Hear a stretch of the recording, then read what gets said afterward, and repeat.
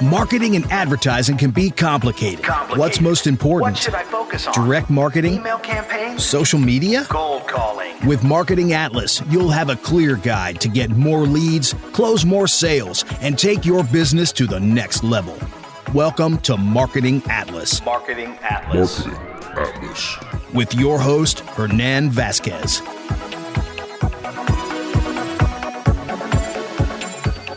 The topic for today and the stuff that I want to talk to you guys about is how to get as many customers as you can possibly get using social media. What you need to have in order for you to grow your business is some sort of mechanism that will allow you to liquidate your ad cost. Meaning that for every dollar that you put in on advertising, then you're getting $1 or more back on the front end, okay? That is called an acquisition funnel. Now, the second funnel that most people neglect is the monetization funnel or the profit maximizer funnel. And what this does is basically that is your money maker. You're not making money on the front end from your ads. What you're doing is you're making money on the back end. So that allows you to get as many potential clients as you can. And the reason why is, again, because you're getting a bunch of people through the door and you're liquidating the ad cost on, let's say, a book funnel or a low entry level funnel and whatnot. And then most of those people will be put on the back end, which is a monetization funnel that will allow you to actually make money. Now, that's the first thing that you need to consider. Now, another thing that I'm doing a lot lately on funnels that are working, and keep in mind that if you're running Facebook ads, this is mostly a scaling technique. If you don't have your message dialed in, if you don't have a good offer, if you don't have a good funnel, if you don't have, all of that, and I keep on hitting this mic because it's too close. If you don't have all of that, then this might not work for you.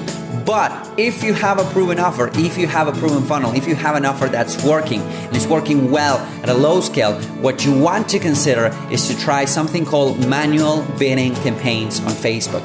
Now, what you're basically doing when you're running Facebook ads or YouTube ads or whatever type of advertising, you're basically bidding against other advertisers in the same space. Let's say that you're targeting people that like Tony Robbins, for instance, right? And your product is congruent for that, and people that will like Tony Robbins, they have a high chance of actually liking your stuff as well. But what happens is that you're not the only person trying to reach Tony Robbins fans, okay? There's a lot of other advertisers, sometimes hundreds of thousands of advertisers trying to target that exact same person. You see that some of the ads that you see on the Facebook timeline or your Instagram timeline, some of those show up at the top. That usually means that that's the best placements for somebody to see that ad. It can be because it's a retargeting ad, or it can be because that person, that advertiser, is outbidding the rest of the advertisers. So you have the first ad, usually you have a publication, a regular post, then you have an ad, and then you have 2 or 3 posts, and then you have another ad. The lower you go, the more you need to scroll to actually find that ad, the less you're bidding, right, on that auction.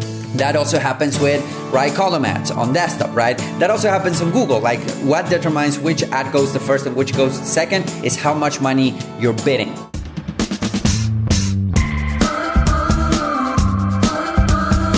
Hey, this is Hernan Vazquez, and I know that if you're running Facebook ads, it can get complicated. Facebook changes stuff every week. Techniques are being updated, strategies are being updated, and some people are just not getting the results that they want.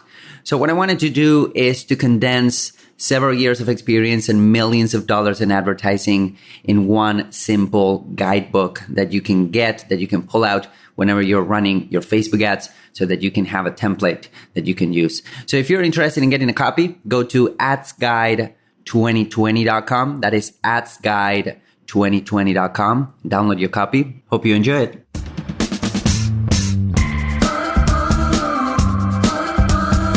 Now, what happens is with a manual bidding campaign, you're overriding, you're telling Facebook, hey, Facebook, do not bid for me. Facebook will, through their AI, try to bid the best possible amount of money for you, depending on your competition and your marketplace, to actually get you the best placement. Now, that doesn't necessarily mean that you need to go to the top, right? Sometimes it could be a second good placement or a third good placement and whatnot, and you will get clicks and conversions. But what happens with a manual bidding campaign is you're overriding that methodology that Facebook has. So you're basically telling Facebook, hey, Facebook, for this ad, only bid $40. For this other ad set, only bid $100. or maximum, you need to bid $100. Now, that doesn't necessarily mean that Facebook will get you buyers for $100, right? Let's say that you're selling a book funnel or you're selling a book, you might want to get buyers for $30, $40. And that doesn't necessarily mean that you're going to be paying $100 per book buyer. What happens is that when you're bidding that much, you're giving Facebook a lot of leeway to actually bid against other advertisers. And the name of the game when it comes to paid media is he who can bid the most, he who can spend the most to acquire a new customer wins. If you have a great backend, if you have a great product or a great service and people keep on buying from you, then you can spend as much money as possible to acquire a new customer. And he who spends the most amount of money to acquire a new customer wins, because you can outbid everyone and you can attain massive amounts of traffic. You can scale your campaigns a lot, dominate a market. So that's the whole name when it comes to marketing. It's a combination of your funnels, again, acquisition funnel and monetization funnel, but it's also a combination of how much you can pay to acquire a new customer. These two things go hand in hand.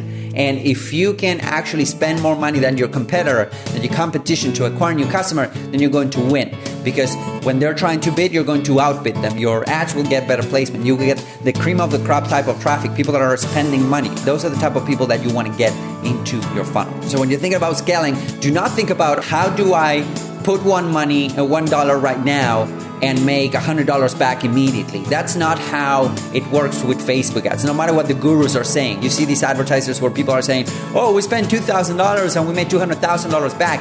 That's usually not true, A, or it could be true, but it has a lot of nuances to it. And C, it could be a campaign that has been working forever. Or D, it could be a campaign that is just retargeting, right? For most of people, putting $1 in right now and taking more than $1 back, $1 or more back immediately, and then scaling through a backend funnel, that's the best way to go. All right, guys, so I hope that this is helpful. If you have marketing and advertising questions, go to marketingatlasshow.com. It's a new show that I put together. I go live every Wednesday at 2 p.m. Eastern Standard Time, and you can drop your questions and I'll do my best to actually answer them. Okay, so it's marketingatlasshow.com. Go there, drop your question, and I've been doing that for the past couple of weeks. It's been pretty awesome. I've been enjoying it, so I hope that you guys enjoy it too.